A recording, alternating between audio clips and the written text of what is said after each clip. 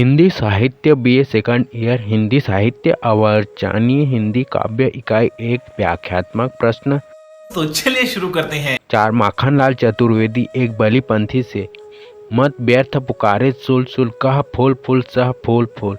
हरि को ही तल में बंद किए केहरी के कह नख हुल हुल। कागों का सुन कर्तव्य राग कोकिल ककली को भूल भूल। सुरपुर ठुकरा आराध्य कहे तो चल रौरव के कुल कुल। भूखंड बिछा आकाश ओढ़ नैनोदक ले मोदक प्रहार। ब्रह्मांड हथेली पर उछाल अपने जीवन धन को निहार। संदर्भ प्रस्तुत गद्यांश महान राष्ट्र कवि पंडित माखनलाल चतुर्वेदी विरचित कविता बलिपंथी से उद्धृत है। प्रसंग, इसमें कवि ने देश की आज़ादी के लिए संघर्ष करने वालों से बलिपंथी का वैशिष्ट्य प्रतिपादित करते हुए कहा है कि व्याख्या कवि कहते हैं कि तुम जब क्रांति पथ पर बलिदान देने जा ही रहे हो तो व्यर्थ ही कष्टों को देखकर मत चिल्लाओ। इन कष्टों को तुम कांटे न समझकर फूल समझो और ईश्वर को अपने हृदय में बंद करके केवल उसी का ध्यान करते रहो। कौवे की बोली की याद दिलाना अपना कर्तव्य समझो और कोयल की मीठी बोली को भूल जाओ। सरस संसार को ठुकराकर अपने कर्तव्य मार्ग पर तुम बढ़े चलो। हे क्रांतिवीरों, तुम पृथ्वी पर शयन करके आकाश की चादर ओढ़ लो और अपने नयनों से सुंदर वन देखकर अपने मन में लड्डू फोड़ो, अर्थात प्रसन्न हो। सारा ब्रह्मांड तुम्हारी हथेली में बंद है, उसमें अपने जीवन धन को देखो। विशेष एक क्रांति के प्रेरणा दो, राष्ट्रवाद से ओतप्रोत 3 अनुप्रास अलंकार। अच्छा। 2 सांझ और ढोलक की थापें। 1 मेरे मालिक मेरे अलगोजे से क्यों नाराज हो गए। चिड़ियों से चहका करते थे, अब चिड़ियों के बाज हो गए। जब गुंडा मोची ढोलक पर अपनी थापें दे लेता है, जब सोहन दादा का मस्तक उन थापों पर ढुल ढुल उठता, तब मेरे होठों में बेकाबू सी उठती एक हरारत। अलगोजे से बजा बजा मैं थापों का करता हूँ स्वागत। उस दिन सूरज कुम्हला जाता, चंदा उतर भूमि पर आता, सन्नाटा एकांत देखकर अलगोजे से तन मिलाता। संदर्भ प्रस्तुत पद्यांश महान राष्ट्र कवि पंडित माखनलाल चतुर्वेदी विरचित सांझ और ढोलक की थापें से है। प्रसंग, इसमें महाकवि ने सांझ और ढोलक की थापों का सुंदर चित्रण किया है। महाकवि कह रहा है कि व्याख्या, हे मेरे मालिक और मेरे अलगोजे बांसुरी, आप क्यों नाखुश हो गए हो, यह मैं नहीं समझ पा रहा हूँ।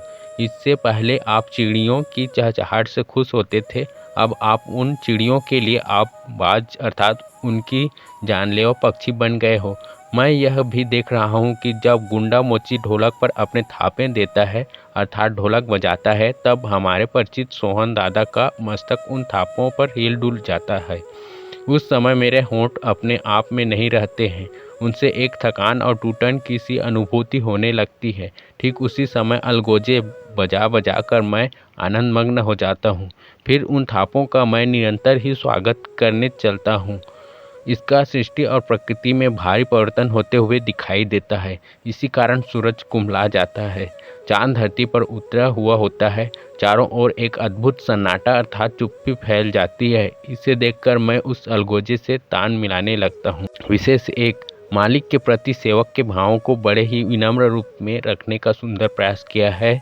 2 भाषा में प्रवाह और गति है। 3 शैली सुबोध और सरस है। 4 रोचकता इस अंश की सर्वोपरि विशेषता है।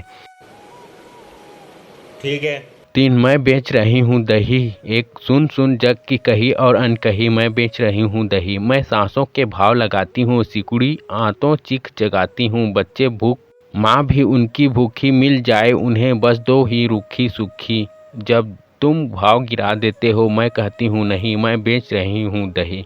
संदर्भ प्रस्तुत पद्यांश माखनलाल चतुर्वेदी द्वारा रचित मैं बेच रही हूँ दही नामक कविता से लिया गया है। प्रसंग, इसमें महाकवि ने एक दही बेचने वाली स्त्री के माध्यम से असहाय और गरीब स्त्री की करुणा से प्रकाश में लाने का प्रयास किया है। व्याख्या कवि कहता है कि दही बेचने वाली स्त्री सारे जमाने की तमाम तीक्ष्ण बातों को सुनकर भी दही बेचने के लिए मजबूर है।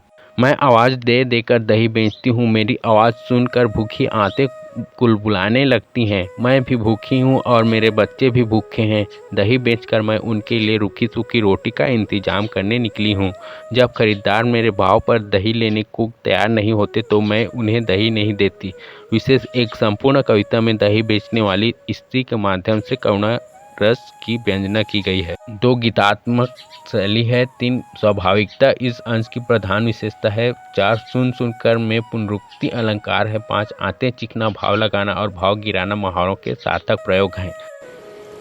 ठीक है, समझ गया। 2 मैं ग्वालिन बेपहचानी सीकर आंखें रोटी पानी सी वृंदावन की कुंज गली में भटक रही ऐसी पगली मैं, माँ बाप तुम ही मेरे हो, मैं क्या बोलूं आंसू की मानूं, मैं जबान भी खोलूं। प्रसंग कवि दही बेचने वाली एक स्त्री की भावनाओं को अभिव्यक्त कर रहे हैं। व्याख्या ग्वालिन दही बेचते हुए पुकारती है कि मुझे अब तक आप पहचानते नहीं हैं। मेरी आंखों में रोटी पानी की तलाश आपको स्पष्ट दिखाई पड़ेगी। मैं अपना दही बेचने आज पागल की भांति वृंदावन की कुंज गली में भटक रही हूँ। आप मेरे ग्राहक नहीं, माता पिता तुल्य हैं। मैं आपसे मोल भाव नहीं करूँगी। आप मेरी बातों में नहीं फंसेंगे। मेरे आंसू की पुकार है, मेरी दही खरीद लीजिए। विशेष 1 उपमा व अनुप्रास अलंकार। 2 शांत रस। बात तो सही है। 3 मीठा है मक्खन सा जमकर, मौन पुकार रहा थम थम कर, प्राणों में रम कर बल देगा, मुझको बैल और हल देगा। भैंसे गायें गोकुल वृंदा सबकी धारें बहीं, मैं आज मार्ग छोड़ा है, पगडंडी है गही। मैं बेच रही हूँ दही, सुन सुन जग की कही और अनकही, मैं बेच रही हूँ दही। व्याख्या कवि कहता है कि दही बेचने वाली अपने दही की प्रशंसा करते हुए पुकार रही है। दही मीठा है और मक्खन के समान जमा हुआ है। वह भी चुप है किंतु पुकारता सा प्रतीत होता है। यदि कोई इसका प्रयोग करेगा तो वह शरीर में बल प्रदान करेगा। इसके बेचने से मुझे जो धन प्राप्ति होगी उससे मुझे बैल और हल खरीदने में सरलता होगी। गोकुल में और वृंदावन में गाय और भैंस के दूध की नदियां बहती हैं। मैंने सुखों का राजमार्ग छोड़ कठिनाइयां रूपी पगडंडी को अपनाया है, इसलिए मैं सारे जमाने के व्यंग्य सहते हुए भी दही बेच रही हूँ। भाई मजा आया। 4 उलाहना। 1 तुम ही जब याद की टीसें भुलाते हो, भला फिर प्यार का अभिमान क्यों जीवे। तुम ही बलिदान के मंदिर गिराते हो, भला मधुदान का मेहमान क्यों जीवे। संदर्भ प्रस्तुत पद्यांश पंडित माखनलाल चतुर्वेदी विरचित उलाहना कविता से अवतरित है। प्रसंग इसमें महाकवि ने पूंजीवादी व्यवस्था पर अपनी आक्रामक दृष्टि रखी है। वह पूंजीपतियों पर इस प्रकार कड़ा व्यंग्य करते हुए कहते हैं कि व्याख्या कवि कहते हैं कि हे देश के पूंजीपतियों, तुम ही जब देश के निम्न वर्ग मजदूर वर्ग को याद नहीं रखते तो वह तुमसे प्यार के संबंध अच्छे संबंध क्यों बनाए। उसे तुम्हारे साथ संबंध होने का घमंड क्यों हो, क्योंकि उसने तुम्हें पूंजीपति बनाने में जो बलिदान दिया है तुम उसे याद नहीं रखते। फिर वह तुम्हारी चिकनी चुपड़ी बातों का अमृत पीकर क्यों जीवित रहें। विशेष प्रस्तुत पद्यांश में कवि पूंजीपतियों के लिए संदेश व्यक्त करता है। शाबाश बेटा। 2 भुला दी सूलियां जैसे सभी कुछ, जमाने से तीलियों से पा लिया तुमने। न तुम बहले न युग बहला, भले साथी बताओ तो किसे बहला दिया तुमने। प्रसंग इसमें पूंजीवादी वर्ग पर व्यंग्य किया गया है। व्याख्या वह तुम्हारे लिए सूलियों पर चढ़ गया, तुमने ऐसे अनेक बलिदान भुला दिए, तुम तो जहाँ की प्रशंसा में खो गए। तुम्हारे इस कर्तव्य से न तो तुम ही लाभ हुआ और न संसार को। फिर बताओ तुम्हारे कार्य का क्या लाभ है। विशेष प्रगतिवादी चेतना व्यंग्यात्मक शैली, भाषा सहज व सरल। बहुत बढ़िया मुन्ना। 3 बड़े रास्ते बड़े पुल बांध क्या कहने, बड़े ही कारखाने हैं इमारत हैं। जरा पोंछूं इन्हें आंसू उभर आए, बड़ापन यह न छोटों की इबादत है। सदा सहना सदा श्रम साधना मरमर वही हैं जो लिए छोटों का मृत्यु वृत्त है। तनिक छोटों से घुल मिल कर रहो जीवन, बड़े सब मिट गए छोटे सब सलामत हैं। प्रसंग इसमें महाकवि ने मजदूरों की अद्भुत कर्मोपलब्धि पर सीधा प्रकाश डालते हुए कहा है कि व्याख्या हे मजदूरों, तुम्हारी कर्मठता बेमिसाल है। तुमने इसी के बलबूते पर अनेक जटिल मार्गों को सुविधाजनक बना दिया है। इसी अपनी कर्मठता की विशेषता के लिए तुमने अनेक भयंकर और विस्तृत नदियों को पार करने के लिए एक से एक बढ़कर विशाल पुल बनाए हैं। फिर तुम्हारी कर्मठता की और बातें क्या और कहाँ तक ही की जाए। उसी की प्रमाण स्वरूप आज बड़े बड़े कारखानों के नाम गिनाए जा सकते हैं। इसी तरह बड़े बड़े भवनों के भी उल्लेख किए जा सकते हैं। फिर भी तुम्हारी आंखों से अनेक अभावों के प्रति जो दुख भरे आंसू छलक रहे हैं, उन्हें पहुँचना मैं अपना कर्तव्य समझता हूँ। इसलिए तुम्हारा कोई बड़प्पन नहीं है, अपितु यह तो मेरी तुम्हारे प्रति एक छोटी सी पूजा प्रतिष्ठा है।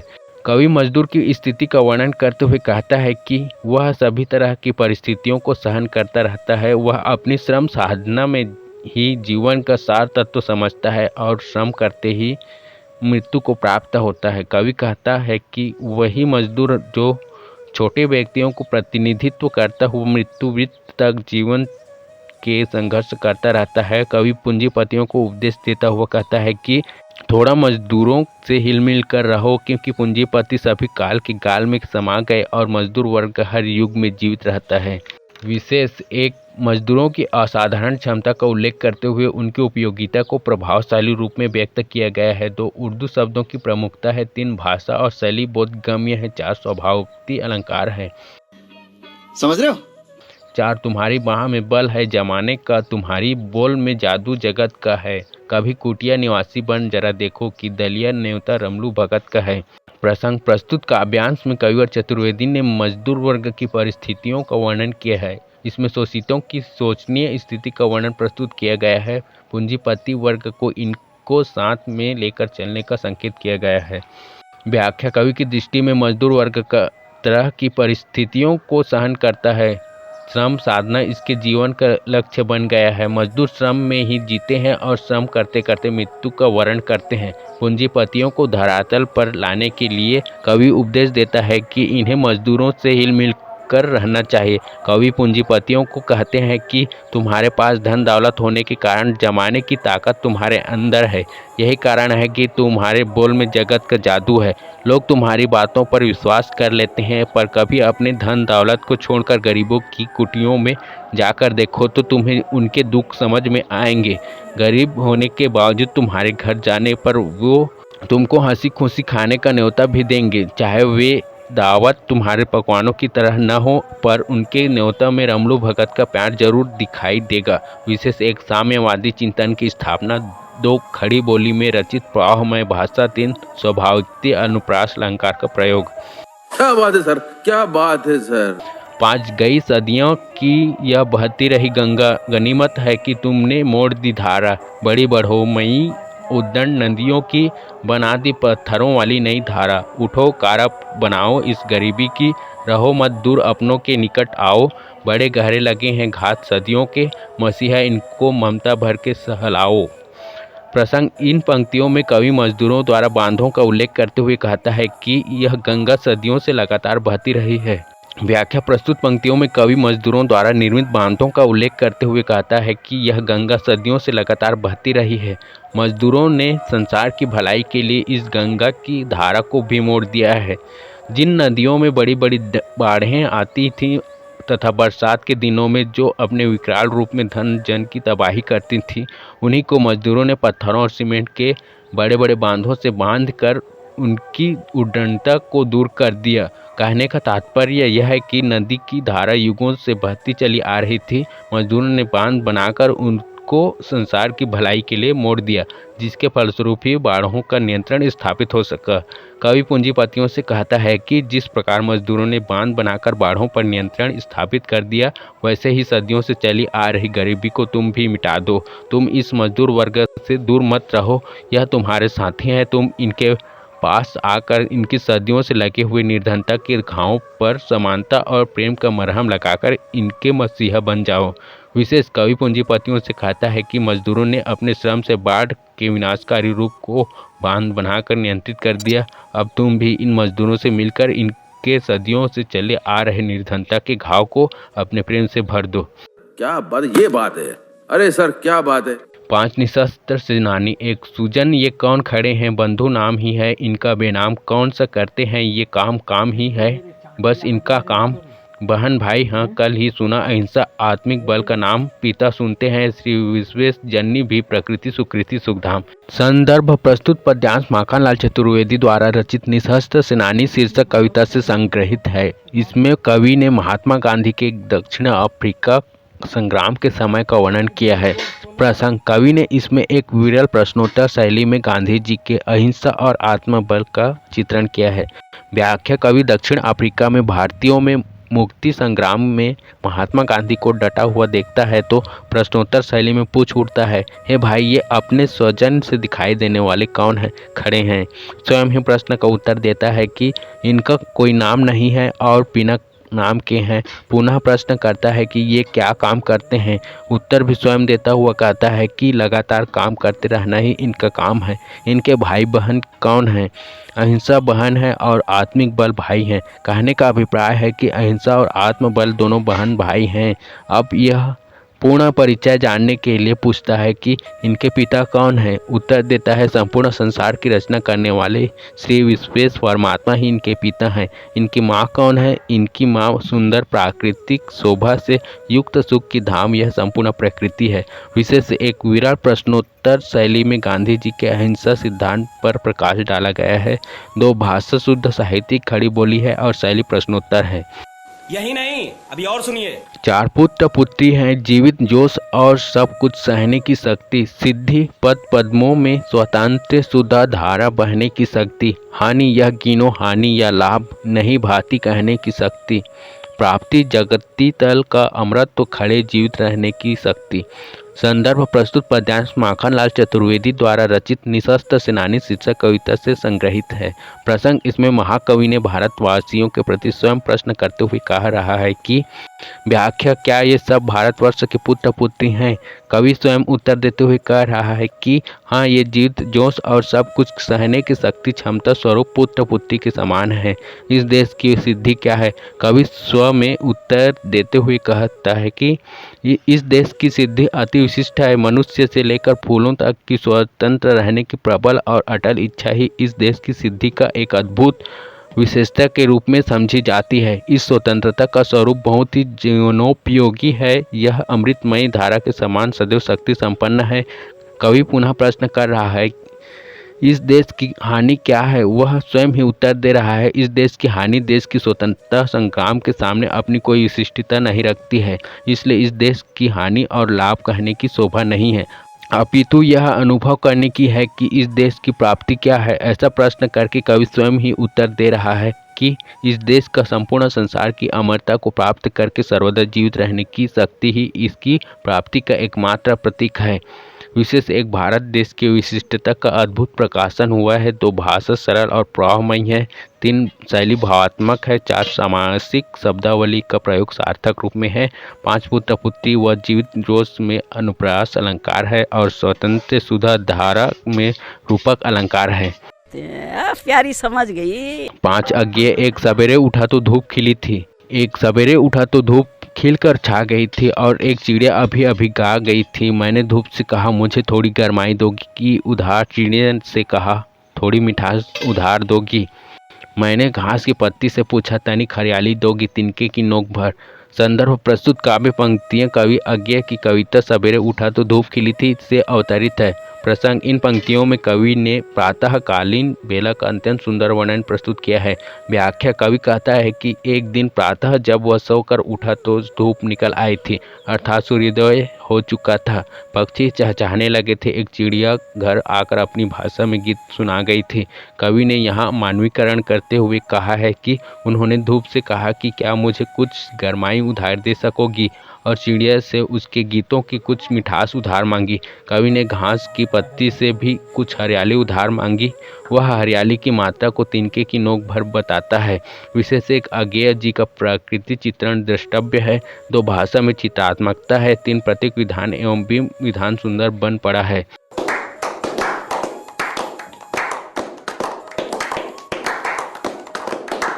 दो संग पुष्पी से पूछा, उजास दोगी किरण की नोक भर? मैंने हवा से मांगा थोड़ा खुलापन, बस एक प्रश्वास। लहर से एक रोम की सिहरन भर उल्लास। मैंने आकाश से मांगी आँख की झपकी भर असीमता उधार। व्याख्या, कवि संग पुष्पी से पूछता है कि क्या किरण की नोक भर अर्थात अल्प रूप से उजाला उधार दे सकोगी? कवि कहता है कि मैंने इस प्रातःकालीन बेला में हवा से थोड़ा खुलापन मांगा और दीर्घ शांति प्रदान करने वाली श्वास मांगी।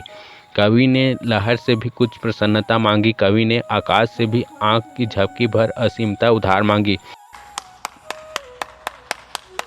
3 सबसे उधार मांगा, सबने दिए। यूँ मैं जिया और जीता हूँ, क्योंकि यही सब तो है जीवन। गरमाई मिठास हरियाली उजाला, गंध वाही मुक्त खुलापन, लोच उल्लास लहरील प्रवाह और बोध भव्य निर्व्यास निस्सीम का ये सब उधार पाए हुए द्रव्य।